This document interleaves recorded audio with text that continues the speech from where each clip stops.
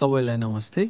आज हामी कीर्तिपुरको बाघ भैरव मन्दिरको दुर्लभ तथ्य लिएर उपस्थित भएको छु। भिडियोलाई अन्तिमसम्म हेरेर साथ दिनुहोला।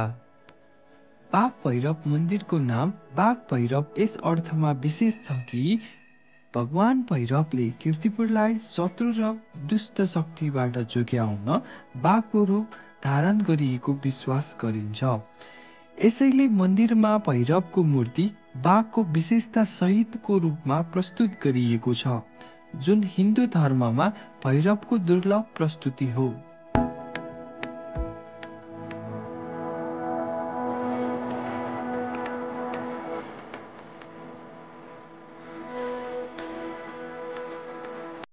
यसबाहेक मन्दिरमा पुराना बन्दुक र तोपहरू सुरक्षित छन्, जुन पृथ्वीनारायण शाहको नेपाल एकीकरण अभियानको समयमा प्रयोग भएका थिए।